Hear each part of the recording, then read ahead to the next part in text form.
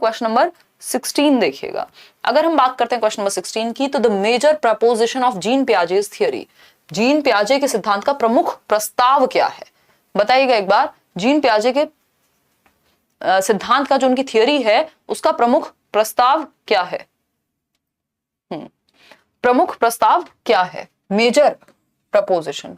Children's thinking is superior to adults. क्या पियाजे ये कहते हैं कि वयस्कों से ऊंची होती है बच्चों की सोच? ना तो वो ये कह रहे हैं कि वयस्कों से नीची है या ऊंची है ना। वो ये नहीं कह रहे कि जो बच्चों की थिंकिंग है वो सुपीरियर है अडल्ट से, या अडल्ट्स की थिंकिंग सुपीरियर है, दोनों में से कुछ भी नहीं कह रहे वो। ना तो ये कह रहे कि children's thinking is inferior to adults, दोनों में से कोई भी बात उन्होंने नहीं कही। ना तो उन्होंने ये कहा है कि बच्चे की सोच छोटी है या बड़ों की सोच छोटी है, ऐसा कुछ भी उन्होंने नहीं कहा। Children's thinking is quantitatively different from adults, ये भी उन्होंने नहीं कहा। उन्होंने ये कहा है कि मात्रात्मक रूप से तो सेम है, भाई उसके भी दिमाग में उतने ही थॉट्स आ रहे हैं जितने आपके आ रहे हैं, लेकिन क्वालिटी अलग है, क्वांटिटी सेम है। भाई बच्चा भी सुबह से लेकर शाम तक कुछ कुछ सोच रहा है, आप भी एज एन अडल्ट एक वयस्क के रूप में कुछ कुछ सोच रहे हैं, लेकिन क्वालिटी ऑफ थॉट्स अलग है। उसका पेन खो गया था कल, वो ये सोच रहा है, और आप ये सोच रहे हैं कि मेरा दिल टूट गया था परसों, ठीक है। तो क्वालिटेटिवली डिफरेंट है अडल्ट से थॉट। बच्चों की सोच गुणात्मक रूप से वयस्कों से भिन्न होती है, ये पियाजे कहते हैं। इसको 2-3 तरह से क्वेश्चन पूछा जा चुका है, पूछा जा सकता है, इसको ध्यान रखिएगा। भाई पियाजे की अगर हम बात करें, जब वो चिल्ड्रंस थिंकिंग के बारे में बात कर रहे हैं, बच्चों की सोच के बारे में बात कर रहे हैं, है ना, एक बार इसको ध्यान से समझ लीजिएगा। चिल्ड्रंस थिंकिंग, बच्चों की सोच के बारे में जब वो बात कर रहे हैं, तो वो ये कहते हैं कि बच्चों की जो सोच है वो अमाउंट में सेम है ना, अमाउंट में सेम है, जिसको दूसरे शब्दों में हम क्वांटिटी में सेम है भी कह सकते हैं। और डिफरेंट किस में है? डिफरेंट है टाइप में। अमाउंट में सेम है, टाइप प्रकार अलग है उनकी सोच का, और क्वालिटी अलग है, गुणवत्ता अलग है ना, क्वालिटी अलग है। इसको ऐसे भी लिख सकते हैं, यानी मात्रा तो सेम है ना, अमाउंट को भी मात्रा ही कहेंगे, इसको भी मात्रा ही कहेंगे। टाइप है, प्रकार अलग है, या गुणवत्ता अलग है ना, गुणवत्ता अलग है, मात्रा सेम है। बच्चा भी सोच रहा है, आप भी सोच रहे हैं, 100 विचार आपको आ रहे हैं, 100 उसको भी आ रहे होंगे, बट क्वांटिटी तो सेम है, क्वालिटी में डिफरेंस है। डिफरेंस कहाँ है? क्वालिटी में है। तो अलग कैसे होगी सोच? क्वालिटी में डिफरेंस है। यहां ये अमाउंट सेम है, मात्रा सेम है। तो ये बेसिक बात है जो आपको पियाजे के बारे में ध्यान रखनी है। Children's thinking is different in kind than in amount, यानी टाइप में अलग है, काइंड में अलग है। काइंड मतलब प्रकार ही हुआ एक तरह का। तो कोई भी शब्द दे दे, आपको ध्यान रखना है कि क्वांटिटी सेम है, क्वालिटी डिफरेंट है, प्रकार अलग है, ठीक है। तो क्वांटिटेटिवली डिफरेंट होती है, यानी गुणात्मक रूप से भिन्न होती है, क्वांटिटी तो सेम है। क्वेश्चन नंबर 17 देखिएगा। एक क्वेश्चन जेंडर पे हमेशा पूछा जाता है। अगर हम बात करते हैं जेंडर की, तो जेंडर इज और एन, यानी लिंग की अगर हम बात करें, हिंदी में दोनों को लिंग लिखा जाता है, लेकिन इंग्लिश में जेंडर और सेक्स में अंतर हो जाएगा। जेंडर क्या है? एक, आप लोग बी ऑप्शन दे रहे हैं 78% लोग, सोशल कंस्ट्रक्ट है, सामाजिक रचना है। जबकि अगर सेक्स लिखा होता तो यहाँ पे अ बायोलॉजिकल कंस्ट्रक्ट हो जाता है, एक जैविक संरचना है। सेक्स बोले तो एक बायोलॉजिकल कंस्ट्रक्ट है, एक जैविक संरचना है, बनावट में अंतर है ना। और अगर हम बात कर रहे हैं जेंडर की, तो वो हमारी सोच से रिलेटेड है, समाज में बनाया गया एक फिनोमिना है, यानी एक सामाजिक संरचना है। आपके सिलेबस में एक टॉपिक भी है gender as a social construct, ठीक है। समाज ने बनाया है कि महिलाएं ये काम करेंगी, पुरुष ये काम करेंगे, ये कपड़े पहनेंगी महिलाएं, ये पुरुष पहनेंगे। ये सोशल कंस्ट्रक्ट है, इसको चेंज किया जा सकता है जैसे आप चाहें, बट बायोलॉजिकल कंस्ट्रक्ट फिक्स है कि महिलाएं बच्चों को जन्म देंगी, ये बायोलॉजिकल कंस्ट्रक्ट है, ये हमारा सेक्सुअल रोल है अगर हम बात करें। लेकिन जेंडर रोल की अगर हम बात करें तो ये समाज ने बनाया है, ये कोई बायोलॉजिकल डिटर्मिनेंट नहीं है। बायोलॉजिकल डिटर्मिनेंट होता तो ये आंसर सही होता, ठीक है। ये 1 नंबर का क्वेश्चन पूछा जाता है, इसको बिल्कुल भी हल्के में नहीं लेना। कई बार हम इस पे ध्यान नहीं देते तो इसमें घूम करके फंस सकते हैं। क्वेश्चन नंबर 18 देखिएगा एक बार। क्वेश्चन नंबर 18 कहता है which of the following correctly identifies the broad domains of development, यानी विकास के मुख्य प्रकार कौन से हैं, यानी निम्नलिखित में से कौन विकास के व्यापक आयामों की सही पहचान करता है। व्यापक आयाम किसके? विकास के। बताइएगा एक बार, विकास के व्यापक आयाम, emotional, intellectual, spiritual and self. ऐसा तो हमने कुछ नहीं पढ़ा, ना तो हमने सेल्फ पढ़ा, ना हमने स्पिरिचुअल पढ़ा। इंटेलेक्चुअल चलो एक बार को आप कॉग्निटिव को कह सकते हो, आप दूसरे शब्दों में संज्ञानात्मक विकास को इंटेलेक्चुअल या बौद्धिक विकास कह देते हैं, बट ये भी आता नहीं है, डायरेक्ट कॉग्निटिव ही आएगा अगर पेपर में आना होगा। तो ये ऑप्शन तो हट गया। डी ऑप्शन कह रहे हैं 80% लोग। चलिए देखेंगे, फिजिकल पर्सनैलिटी या स्पिरिचुअल कोई टाइप नहीं है डेवलपमेंट का, ये भी हट गया। Social physical personality again self again नहीं होते, ठीक। तो एक ही ऑप्शन सही बचा, physical cognitive social and emotional, PCSE से मैंने आपको ये याद कराया हुआ है, एक निमोनिक है, शॉर्ट फॉर्म है। PCSE बोले तो फिजिकल कॉग्निटिव सोशल इमोशनल, शारीरिक विकास जिससे मोटर डेवलपमेंट गत्यात्मक विकास जुड़ा हुआ होता है, जिसमें ग्रॉस और फाइन मोटर स्किल्स आती हैं। कॉग्निटिव डेवलपमेंट यानी हमारे दिमाग से संबंधित, जिसमें लैंग्वेज आएगी, जिसमें थिंकिंग आएगी, जिसमें बाकी इमेजिनेशन, परसेप्शन, मेमोरी वगैरह आते हैं। सोशल है समाज से जुड़ा हुआ, जिससे मॉरल डेवलपमेंट, नैतिक विकास जुड़ा हुआ है। सही और गलत क्या है, समाज में ही तो गलत है ना। अगर आप अकेले रहें कहीं, कुछ सही नहीं कुछ गलत नहीं, आप अपना सर फोड़ें कुछ करें, किसी को पड़ी तो है नहीं, ठीक।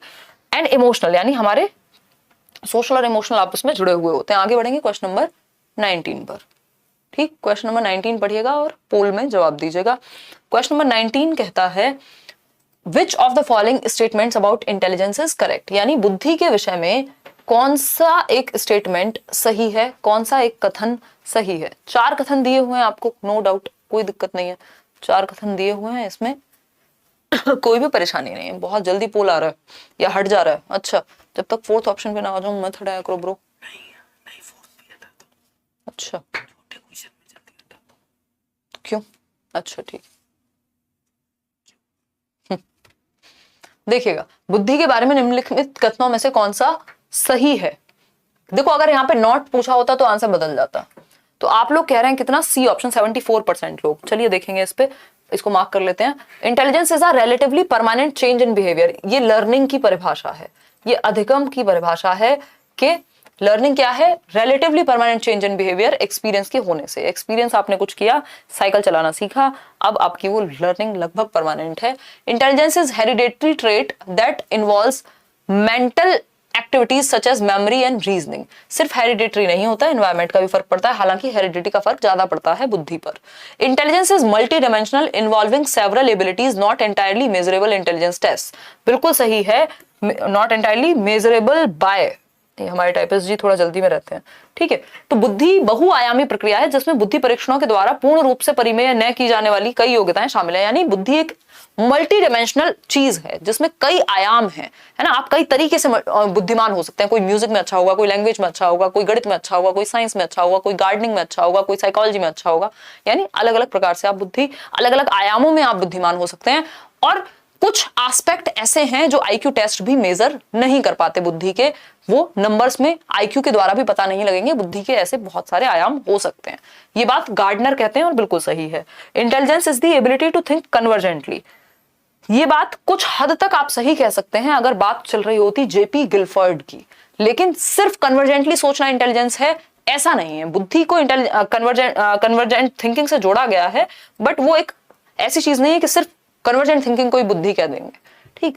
तो C option is the right answer. Question number 20 देखिएगा और जवाब दीजिएगा।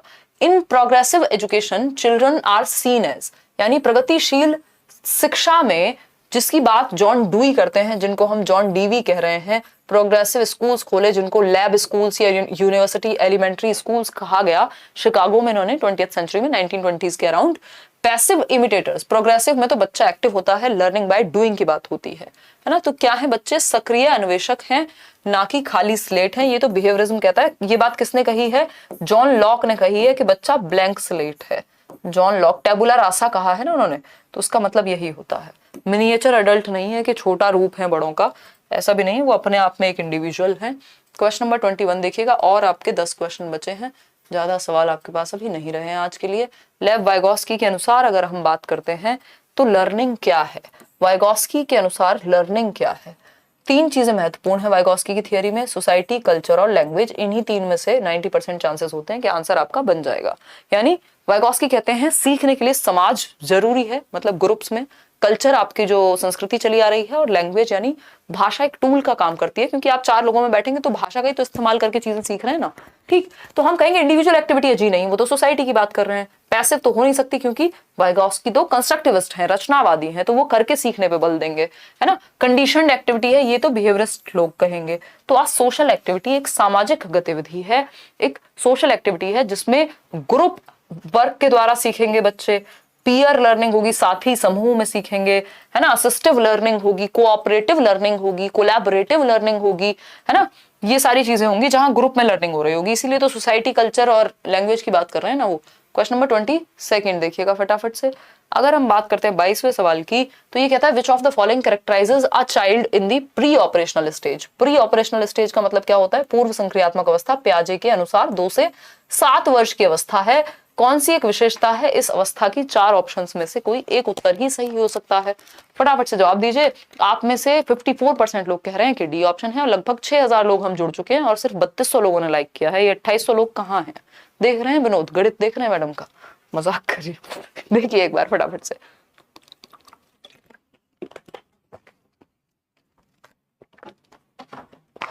फटाफट से बताइएगा। अगर हैप्पी टीचर्स डे भाई आप सभी को भी। प्री ऑपरेशनल स्टेज, पूर्व संक्रियात्मक अवस्था, 43% लोग कह रहे हैं सी ऑप्शन और 31% लोग कह रहे हैं डी ऑप्शन। मतलब इन दोनों में आपको कंफ्यूजन है। चलो इसी को क्लियर कर लेते हैं। और ये जो ए और बी कह रहे हैं इनको थोड़ा सा जागना चाहिए नींद से, अब पेपर पास आ गया है।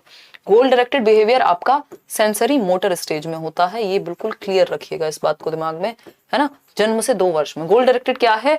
बॉटल रखी हुई है और बच्चा उस बॉटल की तरफ बढ़ रहा है, ये है गोल डायरेक्टेड बिहेवियर। ठीक है। डेफर्ड इमिटेशन, डेफर्ड इमिटेशन ये होता है बच्चे ने देखा मम्मी को मेकअप करते हुए और 4 दिन बाद वो अगले दिन आपको पूरा पुता हुआ मिला, मतलब पूरा उसने खुद को पेंट कर लिया, ठीक है, उस मेकअप में, क्योंकि उसने दिमाग में रख लिया था डेफर्ड और बाद में इमिटेट कर दिया, नकल कर दी उस चीज की। इरिवर्सिबिलिटी ऑफ थॉट, ये बात बिल्कुल सही है कि बच्चा थॉट को रिवर्स नहीं कर पाता, विचारों की अनुत्क्रमणीयता होती है, यानी बर्फ पानी बन सकती है और पानी बर्फ बन सकता है, ये वो रिवर्स नहीं कर पाता दिमाग में, इरिवर्सिबिलिटी ऑफ थॉट्स होती है, ये बात सही है। सर्कुलर रिएक्शंस भी सेंसरी मोटर स्टेज में आते हैं कि वो बार बार रेपिटेटिव एक्शंस करता है, वो छोटे बच्चे करते हैं। ठीक है, तो ये बात क्लियर हो गई, होपफुली आपको हो गई होगी क्लियर। क्वेश्चन नंबर 23 देखिएगा एक बार, 23वां सवाल देखेंगे। अगर आप सिर्फ प्रीवियस ईयर भी अच्छे से कर लेते हैं तो सीडीपी आपकी रुकेगी नहीं। विच of the following statements regarding children and there learning is correct, यानी बच्चों के बारे में और उनके अधिगम यानी सीखने के बारे में कौन सी एक बात करेक्ट है? देखिए ध्यान रखिएगा, अगर यहाँ हल्का सा इनकरेक्ट लिख दिया होता ना तो आंसर चेंज हो जाता, तो इसलिए ध्यान रखिएगा कि करेक्ट लिखा है तो उसी हिसाब से आंसर देना है। तो बच्चों के और अधिगम के बारे में कौन सी बात ठीक है? फटाफट से बताइएगा, फिर ही हम जाकर के बढ़ेंगे क्या आगे। 1 मिनट रुकना।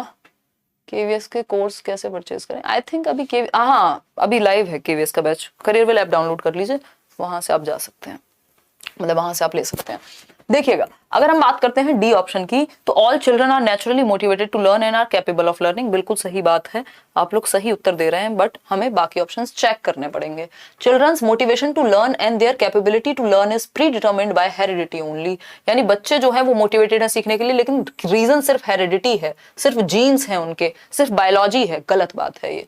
डेवलपमेंट क्या है? हेरिडिटी एंड एनवायरमेंट का, दोनों का एक तरह से प्रोडक्ट है, गुणनफल है, क्योंकि अगर सिर्फ हेरिडिटी से ही होता तो आपको ना स्कूल खोलने की जरूरत होती, एनवायरमेंट देने की जरूरत ही नहीं थी फिर तो बच्चे को।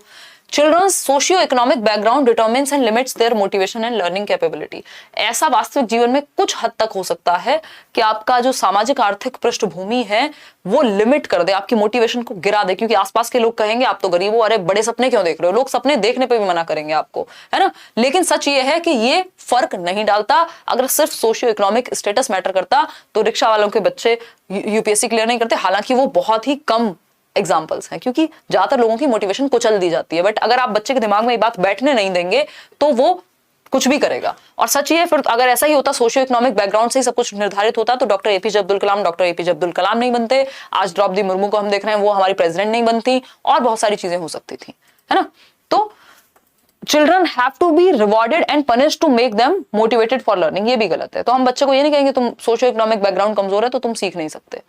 हमारे दिमाग में ये होना चाहिए कि सभी बच्चे सीखने के लिए स्वाभाविक रूप से प्रेरित होते हैं तथा सीखने में सक्षम होते हैं, यानी all children are naturally motivated to learn and are capable of learning. अब कई लोग होंगे वो कहेंगे कुछ बच्चों का तो पढ़ने का मन ही नहीं करता, तो वो मन बनाना था आपको, वो किसी ना किसी ने तो गड़बड़ की है ना, नहीं तो नेचुरली तो बच्चा क्यूरियस होता है, जिज्ञासु होता है, वो एक कुछ देखेगा तो उसको भी क्वेश्चन पूछेगा, दीवार पे भी वो कुछ लिख देगा उसके सामने आएगा, तो वो नेचुरली मोटिवेटेड है, वो मोटिवेशन किसी ने तो खत्म की होगी ना।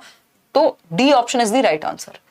आगे बढ़ेंगे। हम मानते यही है कि बच्चा नेचुरली मोटिवेटेड है और सीखने की इच्छा रखता है, क्षमता रखता है, चाहे वो किसी भी बैकग्राउंड से आए, किसी भी जाति से आए, कोई फर्क नहीं पड़ता। चालक विकास की there are individual variations in the rate of motor development. चालक विकास की दर में, या फिर ये गत्यात्मक विकास भी इसको हम दूसरी भाषा में लिख सकते हैं, ठीक है। There are individual variations in the rate of motor development. तो अगर हम गत्यात्मक विकास की दर में इंडिविजुअल डिफरेंसेस की बात करें, विभिन्नता की बात करें, yet the sequence of motor development is from, यानी हम ये जानते हैं कि कोई बच्चा तेजी से भागना कुछ महीने पहले सीख जाएगा, दूसरा बच्चा थोड़ा देर में सीखेगा। ये हुआ वेरिएशन मोटर डेवलपमेंट में। विकास की दर में भिन्नता होती है लेकिन सीक्वेंस सेम होता है, ऑर्डर सेम होता है। ऐसा नहीं होगा कि कोई बच्चा पहले चाइल्डहुड में आ गया और बाद में वो जाएगा इन्फेंसी में, या पहले बच्चा अडल्ट हो गया बाद में वो चाइल्डहुड में जाएगा, ऐसी पॉसिबिलिटी नहीं है ना। तो सीक्वेंस सेम होता है। ये बात हम यहां ध्यान रखेंगे कि डेवलपमेंट का जो ऑर्डर है, चलो इसको भी बाद में आएंगे, पहले आंसर डिस्कस कर लेते हैं। आप लोग कितने बी 40% कह रहे हैं। देखो सीक्वेंस जो है वो सही है, और सीक्वेंस कौन सा, ग्रॉस टू फाइन जाता है, ग्रॉस टू फाइन जाता है। 40% लोग ही सिर्फ सही उत्तर दे पाए मेरे ख्याल में। ग्रॉस टू फाइन, ग्रॉस होता है स्थूल गतिक कौशल, स्थूल से सूक्ष्म की ओर। स्थूल क्या है, पहले बच्चा ये अपनी आर्म्स चलाना सीखेगा, बाद में फिंगर्स का यूज करना सीखेगा। तो जो बड़ी मसल्स है, जो बड़ी मांसपेशियां हैं, जैसे हम चलना पहले सीखते हैं, बाद में हम रस्सी कूदना सीखेंगे, ये क्या है, ये gross to fine motor skills है। या इवन अगर मैं कहूं कि आप हाथों का प्रयोग, आप बॉटल तो पकड़ना सीख जाएंगे पहले, लेकिन पेन पकड़ के ड्रॉ करना बाद में सीखेंगे। यानी बड़ी मसल का प्रयोग, ग्रॉस मोटर स्किल्स, चलना फिरना, उछलना कूदना। और सूक्ष्म गतिक कौशल क्या है, जिनमें फाइन मोटर स्किल्स, जैसे जिनमें आंखों का और छोटी मसल्स का कोऑर्डिनेशन, लिखना, ड्राइंग करना, बुनाई करना, है ना, ये सब चीजें जो हैं ये हमारी फाइन मोटर स्किल्स हैं। तो पहले हमें बड़ी मसल का यूज करना आता है, यानी gross motor development to fine motor जाते हैं, B option. Proximodistal cephalocaudal, कोई सेंस नहीं बन रहा है यहाँ पे, मोटर डेवलपमेंट की बात हो रही है, फाइन से नहीं जाएंगे, सेफेलो से नहीं जाएंगे। तो ग्रॉस टू फाइन सिंपल बात है, इसको सिंपल टू कॉम्प्लेक्स या जनरल टू स्पेसिफिक भी आप कह सकते हो, कि पहले आप सामान्य गतिविधियां करना सीखते हो। अब आता है question number 25, the period that initiates the transition to adulthood.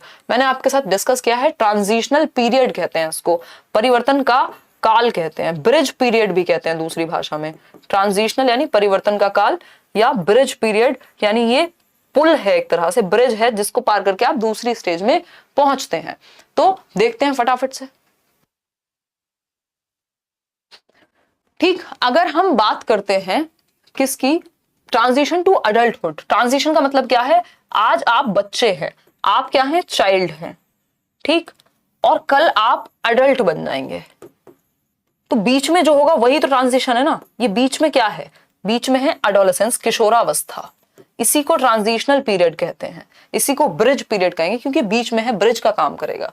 तो ये एडोलेसेंस है, यानी कि ये 12 से 19 वर्ष का जो समय है, ये जो टीनेज है आपकी, ये किशोरावस्था है, जो ट्रांजिशन का काम करेगी, जो परिवर्तन का काम करेगी, जो संक्रमण काल जिसको हम कह रहे हैं।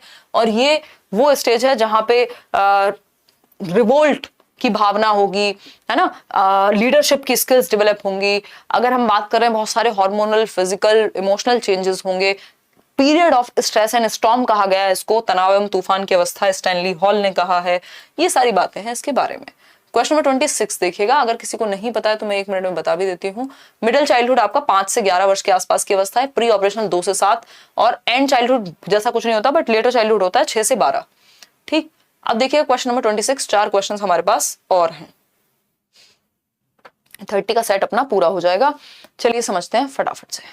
देखिएगा एक बार, अगर हम बात करें पियाजे के अनुसार, पोल में जवाब देंगे आप लोग, पियाजे के अनुसार बच्चे कैसे सीखते हैं, लर्न बाय ऑब्जर्विंग अदर्स, दूसरों को ऑब्जर्व करके हो सकता है, बट ऑब्जर्वेशन से भी ज्यादा एक्टिव वो जब करके सीखेंगे। कैन बी कंडीशनड, कंडीशनिंग की बात जैसे यह है, वो पियाजे से रिलेटेड नहीं होगी, वो बिहेवियरिज्म से रिलेटेड होगी, जो जनरली सीटेट के सिलेबस में है भी नहीं, आता भी नहीं है। पैवलव हैं, और ऑपरेंट कंडीशनिंग वाले आपके स्किनर हैं, हल हैं, थॉर्नडाइक हैं, ये लोग आपके जेबी वॉटसन हैं। तो ये सब बिहेवियरिस्ट हैं, कंडीशनिंग की बात करते हैं। अगर हम बात करते हैं सी ऑप्शन की, तो can be taught to behave and learn in specific manner, कुछ सिखा करके रिवॉर्ड एंड पनिशमेंट नहीं। बच्चा जहां एक्टिव होगा सबसे ज्यादा वही कंस्ट्रक्टिविज्म यानी पियाजे की बात करेगा। Actively constructs knowledge as they manipulate and explore the world. हम कह सकते हैं कि ज्ञान को सक्रिय रूप से संरचित करते हैं।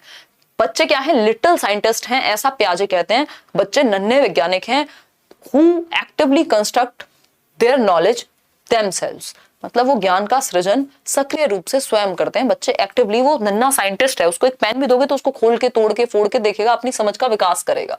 ठीक है, तो ये ऑब्जर्वेशनल की बात बेंड्यूरा करते हैं। ठीक है, बेंड्यूरा एक व्यक्ति हैं, वो करेंगे ऑब्जर्व करके सीखने की। हालांकि एक्टिवली कंस्ट्रक्शन में ऑब्जर्वेशन भी आता है, लेकिन वो अपने आप में सही उत्तर नहीं होगा ना, कंप्लीट आंसर होगा जहां बच्चा एक्टिव है। क्वेश्चन नंबर 27 देखिएगा। Lev Vygotsky refers to the verbal dialogues that children have with themselves। Vygotsky ने verbal dialogues को, जो बच्चे खुद से ही बात करते हैं, उसको क्या कहा है? बच्चों के खुद से बात करने को, मौखिक संवाद को जो बच्चे खुद से ही करते हैं, उसको क्या कहा है? ए ऑप्शन कह रहे हैं 66% लोग। यार इसमें तो मैं ज्यादा आंसर एक्सपेक्ट कर रही थी कि ज्यादातर लोगों का सही होगा, है ना। प्राइवेट स्पीच, बिल्कुल। निज वाक कहते हैं इसको, या व्यक्तिगत वार्ता कह सकते हो, जैसे हम संडे वार्ता करते हैं, बातें करते हैं। ठीक है, व्यक्तिगत वार्ता यानी बच्चा खुद से ही बात करेगा, इसको सेल्फ टॉक जैसा कह सकते हो आप, बच्चे का खुद से ही बात करना। इसी प्राइवेट स्पीच को ईगो सेंट्रिक स्पीच किसने कहा है? पियाजे ने। तो पियाजे के अकॉर्डिंग पूछा होता तो यही अहम केंद्रित वाक हो जाता कि वो खुद से बात करता है। डिस्टॉर्टेड प्रॉब्लमेटिक जैसा यहाँ कुछ भी नहीं है। तो A option is the right answer. आगे बढ़ेंगे। मैं लास्ट क्वेश्चन में आपको बता रही थी कि हम बात कर रहे थे कि जो डेवलपमेंट है, विकास है, उसकी दर सेम होती है। क्या है? उसका रेट सेम है। सॉरी, दर सेम नहीं होती, रेट यानी, हाँ अभी रुक के देना बोल। अगर हम बात कर रहे थे, ये मेरे को याद आ गया, फिर भूल जाऊंगी। डेवलपमेंट मतलब ये बताना, डिस्कस करना भूल जाऊंगी, ये बात तो याद ही रहेगी। विकास की जब हम बात कर रहे हैं तो विकास का जो रेट है, जो दर है विकास की, वो सेम नहीं होती। क्या होती है? भिन्न होती है, डिफरेंट होती है। अलग अलग बच्चों में अलग अलग दर यानी अलग अलग रेट पे डेवलपमेंट होगा। कोई बच्चा तेजी से चलना सीख जाएगा जल्दी, किसी को और 2 महीने एक्स्ट्रा लग जाएंगे। लेकिन विकास का जो सीक्वेंस है, जो ऑर्डर है, वो बिल्कुल सेम होगा सभी बच्चों में। यानी इन्फेंसी के बाद बच्चा चाइल्डहुड में जाएगा, उसके बाद एडोलेसेंस में, फिर अडल्टहुड में। ऐसा नहीं हो सकता पहले ओल्ड एज आ जाए और बाद में अडल्टहुड आए, पहले अडल्ट हो जाएं आप और बाद में किशोरावस्था में आए।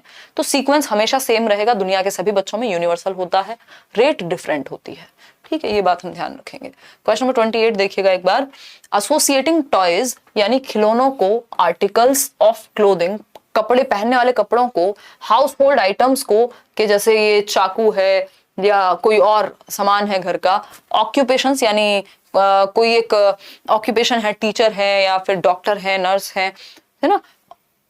कलर्स, पिंक कलर महिलाओं का, ब्लू कलर पुरुषों का, इस तरह की चीजें। With specific sex is a demonstration of. खिलौने, पहनावे की वस्तुएं, घरेलू सामग्रियां, व्यवसायों एवं रंगों को विशिष्ट लिंग के साथ संबंधित करना क्या प्रदर्शित करता है? भाई जब आप इन चीजों को, ये नॉर्मल चीजें हैं ना, ये बॉटल, ये फोन का कलर है ना, ये पेन या कुछ भी, ये सब चीजें क्या हैं? ये नॉर्मल चीजें हैं, मतलब ये चीजें हैं। सिर्फ इनको आपने महिलाओं से कनेक्ट कर दिया कि ये पिंक कलर इनके लिए होगा और पुरुषों से कनेक्ट कर दिया कोई और कलर, तो ये क्या हुआ? ये जेंडर स्टीरियोटाइपिंग हुई।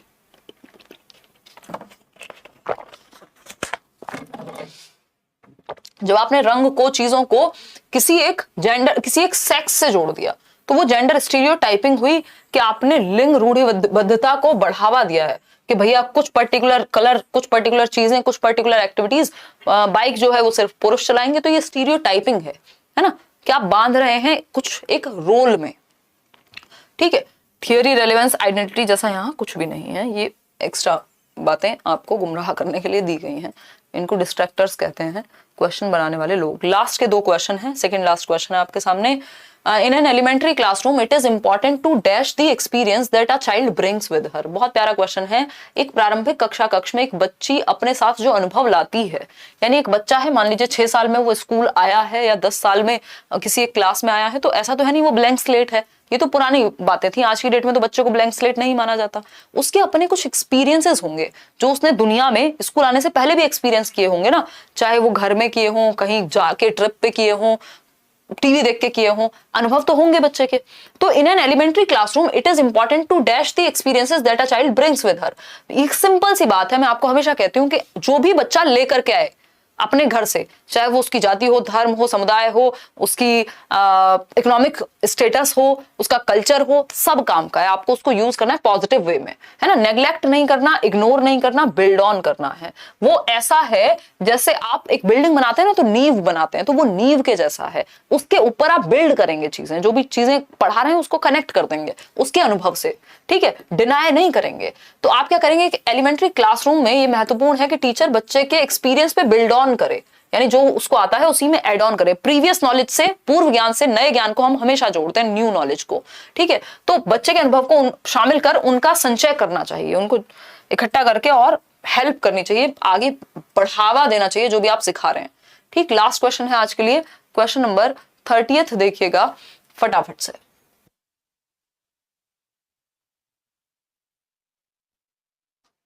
देखिएगा, a child argues that हाइंज shouldn't steal the drug medicine that can save his wife because he will be caught and sent to jail if he does so. According to Kohlberg, which stage of moral understanding does the child fall under?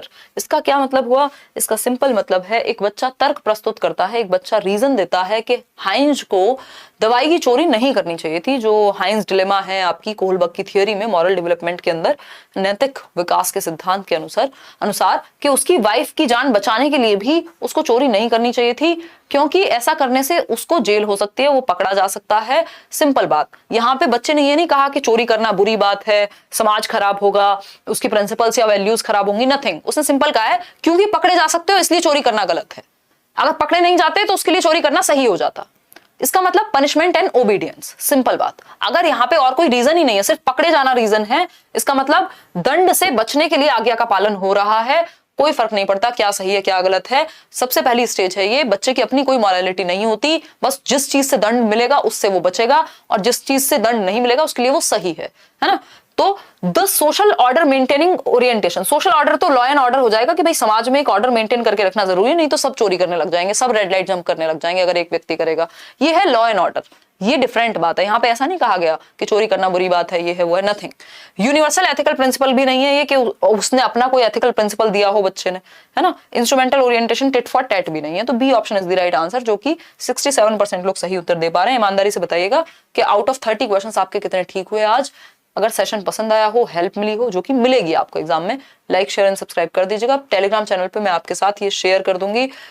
Let's learn squad, किसी भी fake channel से, किसी भी fake website से, किसी भी fake group से जुड़ करके अपने पैसे बर्बाद मत कीजिएगा। किसी भी गलत चीज से जुड़ करके कोई नोट्स बेच देगा, कोई कुछ बेच देगा, या तो करियर विल ऐप पे कोर्सेज होते हैं, और या फिर लेट्स लर्न पे, दैट्स इट। और कुछ